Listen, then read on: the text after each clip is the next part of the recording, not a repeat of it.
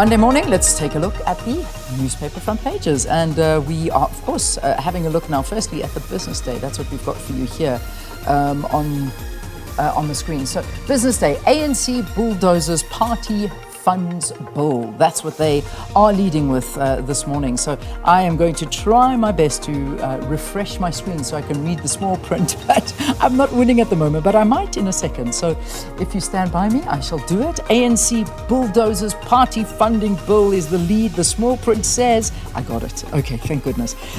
It says the ANC has bulldozed the adoption of a bill by the Home Affairs Committee that will give it a greater share of the available funding for political parties and independent representatives than previously provided. And this will prove a boon for the party, which has experienced financial difficulties, though it says its finances are stable. So that's what the business they are leading with here. And the numbers they throw out, 53.92% of the pot will go to the ANC under the new formula from 43.3% previously, and 322 million, the amount allocated in the 2024 budget for the political party fund.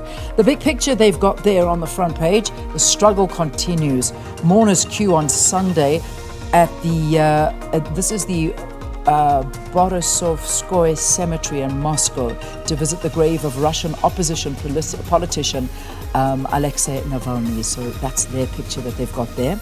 On the side, BP bid to appeal tax ruling blocked. BP Southern Africa hopes of getting 224 million in tax refunds from SARS were dashed on Friday when the Pretoria High Court refused it leave to appeal against a previous dismissal of its claim. So those are the big stories, including the courier guy picked up by Adenia.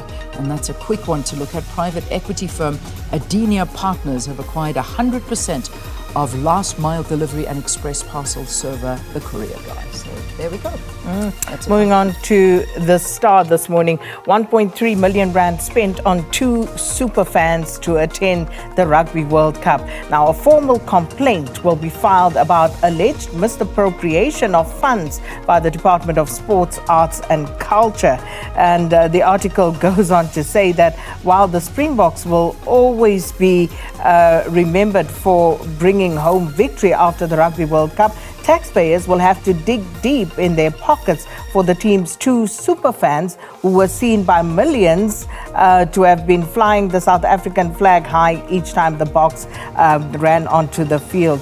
And AfriForum has submitted an application in October last year and requested detailed statements and documentation regarding the expenditure of the department's sponsorship for Chauke and Sila's attendance. That's Mama Joy and Bueta.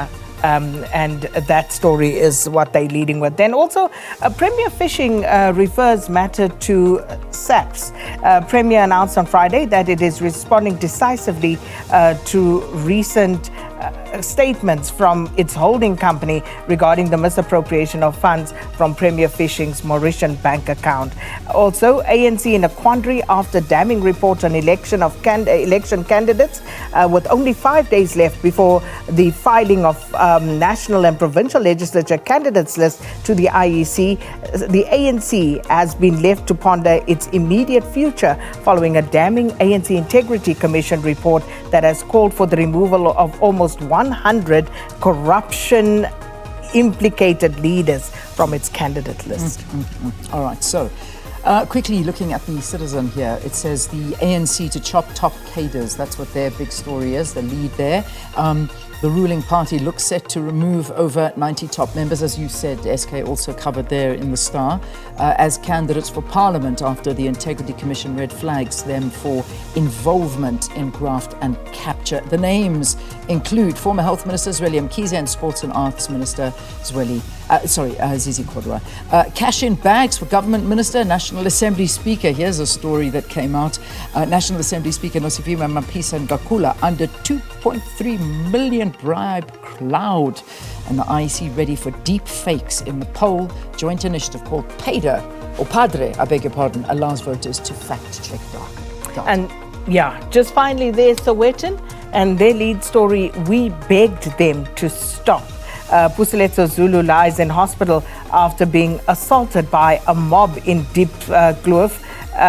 who accused him of stealing a TV that he was in fact gifted by a neighbor, and he tells of the deadly attack and how they accused him of theft. Sad story, that one. Right, 7 o'clock here on the program. Remember to check out SABC News for our latest news as well. But right now, here is your top news bulletin of the morning.